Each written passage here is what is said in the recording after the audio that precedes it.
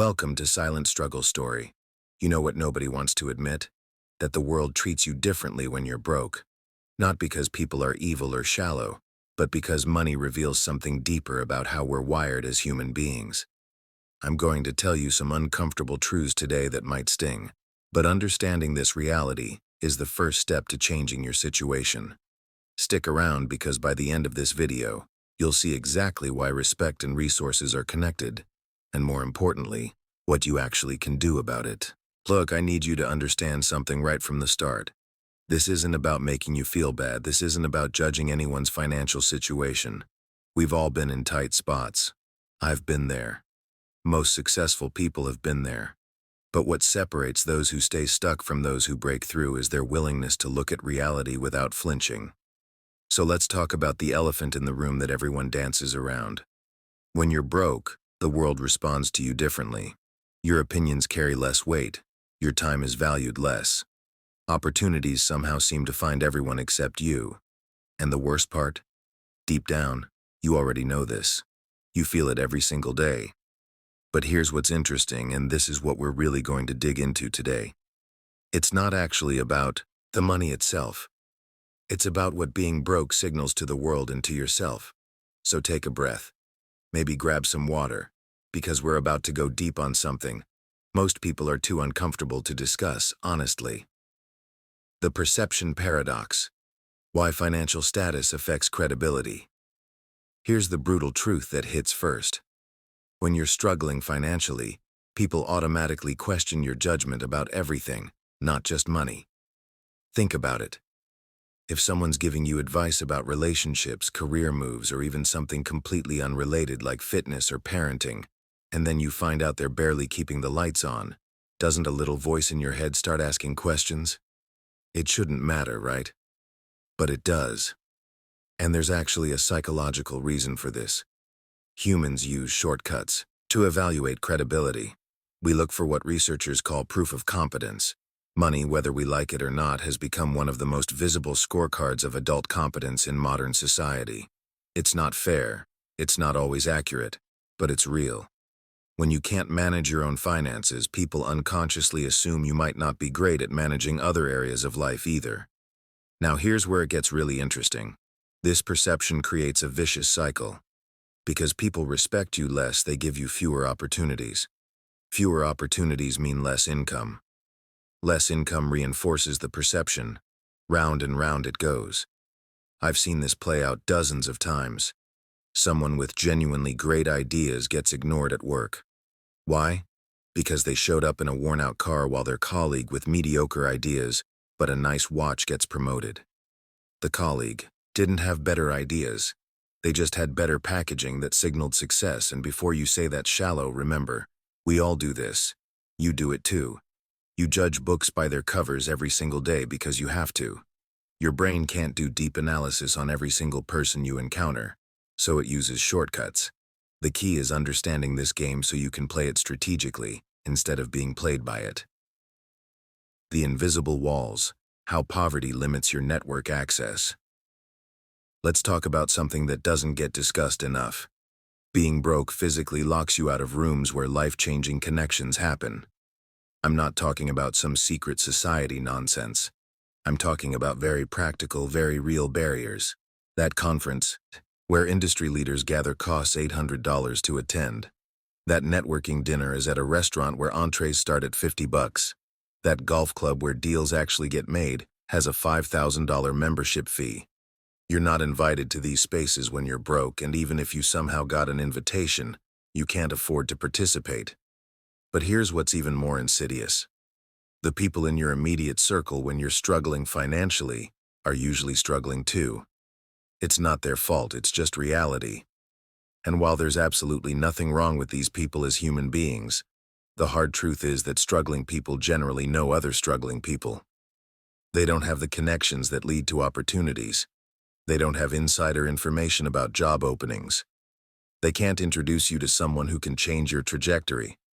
Your network becomes your net worth. And when you're broke, your network is probably broke too. I learned this the hard way years ago. I was grinding, working hard, doing everything right according to what I knew. But I was only talking to people in my immediate environment who knew exactly what I knew, which was how to stay stuck. It wasn't until I found ways to access different rooms, even when I couldn't technically afford to be there, that everything shifted. Suddenly, I was hearing about opportunities before they were posted publicly. I was learning strategies that weren't in books or on YouTube.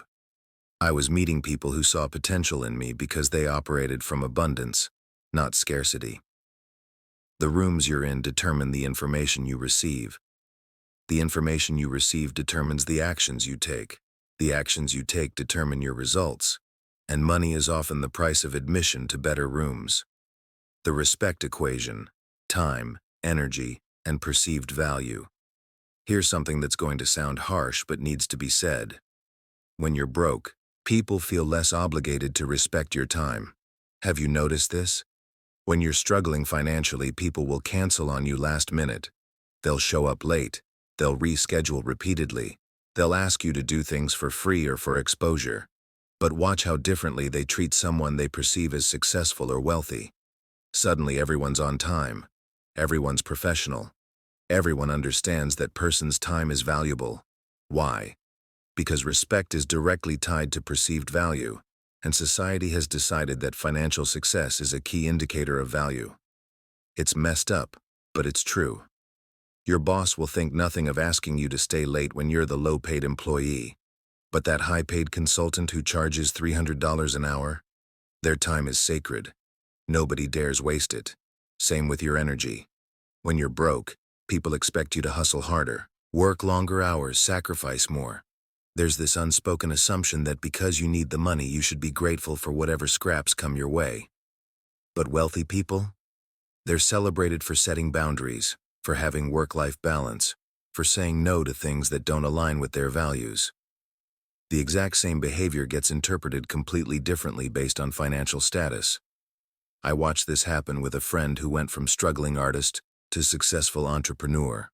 Same person, same personality, same work ethic. But once the money came, suddenly everyone wanted to respect his creative process. Before that, people told him to get a real job and stop wasting time. The work hadn't changed. The perception had.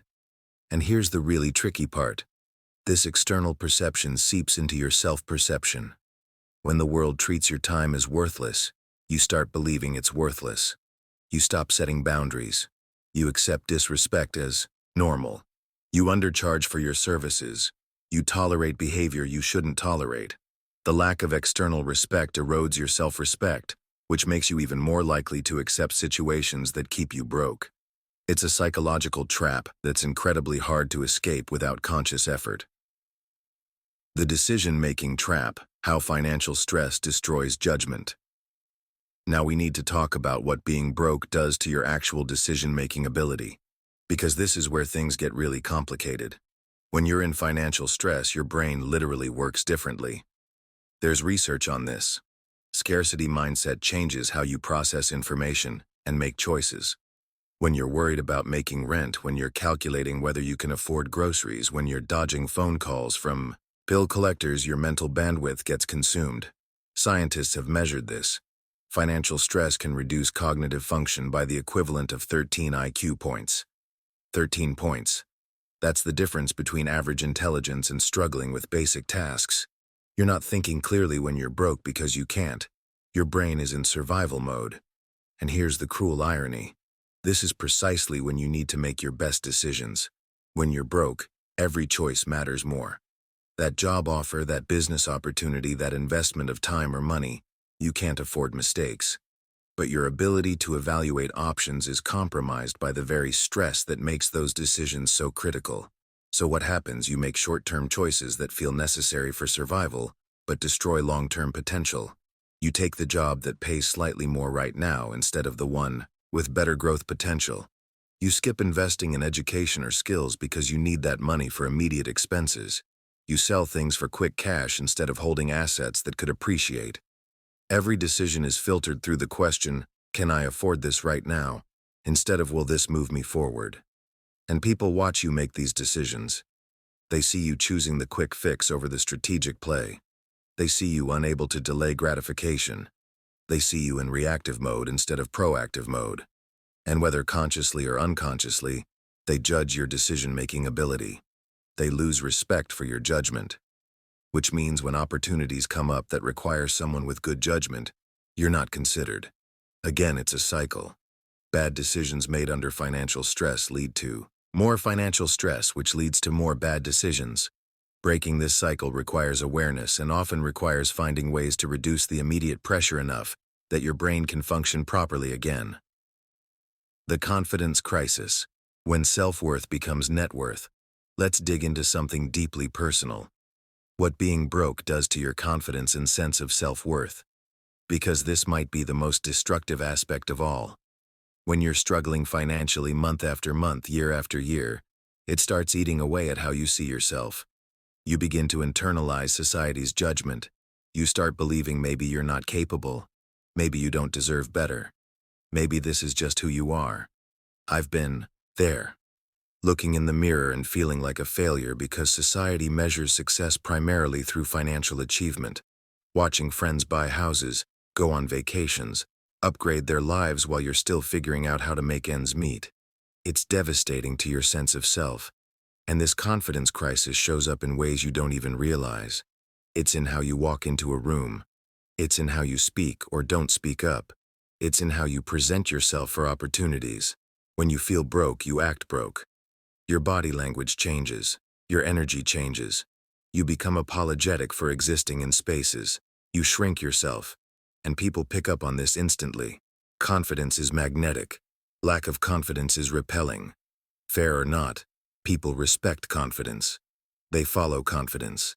They invest in confidence. When you're radiating insecurity and self-doubt because of your financial situation, you're actively pushing away the very opportunities that could change that situation. Here's what makes this particularly painful. Our culture has completely conflated net worth with self-worth. We act like your bank account balance is a report card on your value as a human being. It's not. Your worth as a person has nothing to do with your financial status. But try telling that to your brain at 3 in the morning when you're worried about bills. Try feeling that truth when you're watching everyone around you succeed while you struggle. The internal battle becomes brutal. Part of you knows your value isn't determined by money, but another part, the part that's been conditioned by society, keeps screaming that you're failing at the one scorecard that matters. And this internal conflict, this confidence crisis, it becomes visible to others. They sense your uncertainty. They feel your desperation. And unfortunately, desperateness repels respect. Nobody wants to invest time, energy, or resources into someone who doesn't believe in themselves. It's not fair, but it's human nature. We back the confident horse, not the one that seems uncertain about its own ability to run the race. The path forward. Breaking the cycle and building real respect. All right, we've covered the brutal realities. Now let's talk about what you actually do with this information. Because awareness without action is just depression. First, you have to separate your self-worth from your net worth in your own mind. This is non-negotiable. You have to build an internal foundation of self-respect that exists independent of your bank account. How? By keeping promises to yourself. By developing skills. By being reliable. By having integrity. By contributing value to others even when you're not getting paid for it.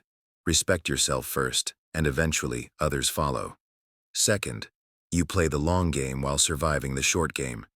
Yes, you might need to take that job you don't love to pay bills right now, but you simultaneously invest every spare moment in building something better.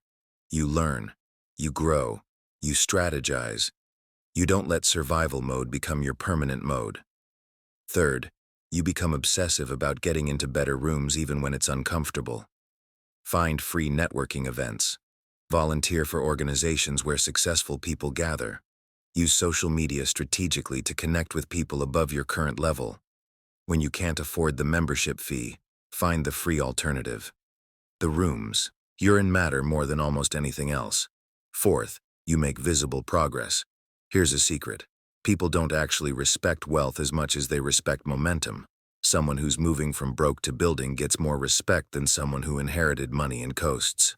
Document your progress. Share your journey. Let people see you're on an upward trajectory even if you're not there yet. Momentum attracts respect and opportunities. Fifth, you protect your mental bandwidth at all costs. This means making hard choices. Maybe you consolidate debt to reduce mental load even if it's not technically optimal financially. Maybe you cut expenses aggressively to create breathing room. Maybe you ask for help. Anything to get your brain out of constant crisis mode so you can think strategically. Your decision-making ability is your most valuable asset. Protect it. Sixth, you become valuable before you become wealthy. This is crucial. Develop skills that help others. Solve problems. Create value. Build a reputation as someone who delivers. When you're genuinely valuable to others, respect comes. Opportunities come. Money eventually follows value. Most people try to get money first and figure out value later. That's backwards. And finally, you remember that this is temporary unless you decide it's permanent. Being broke right now doesn't mean being broke forever, unless you accept it as your identity. Your current financial status is a situation, not a life sentence. Every successful person you admire was once unsuccessful. Many were broke. The difference is they refuse to let that temporary condition define their permanent identity. Look, here's what I want you to take away from this. The world treating you differently when you're broke is real. It's not fair, it's not right, but it's real. Pretending otherwise doesn't help you. Understanding it, however, gives you power. Because once you see the game clearly, you can play it strategically. You can work on the internal foundation while building the external results. You can demand respect through your actions, your competence, your consistency, even before the money comes. And you can use this understanding as fuel. Let every person who dismissed you become motivation. Let every door that closed become a reminder to build your own doors. Let the disrespect you've experienced become the reason you build something undeniable. Because here's the ultimate truth. Real respect, the kind that lasts, doesn't come from money anyway. It comes from character, from resilience, from integrity, from becoming someone who adds value to every room they enter. Money just makes it easier for people to notice those qualities. So yes, being broke affects how people treat you. But being broke doesn't define what you're capable of becoming. The only question that matters is, what are you going to do now that you understand the reality? Are you going to let it defeat you or fuel you? If this resonated with you, hit that subscribe button and turn on the bell. Join the silent warriors who refuse to let their struggles define them. Drop a comment telling me which truth hit you hardest. I read every single one. Now go out there and build something undeniable. Something that demands respect regardless of what's in your bank account right now. This is Silent Struggle Story, and I'll see you in the next one.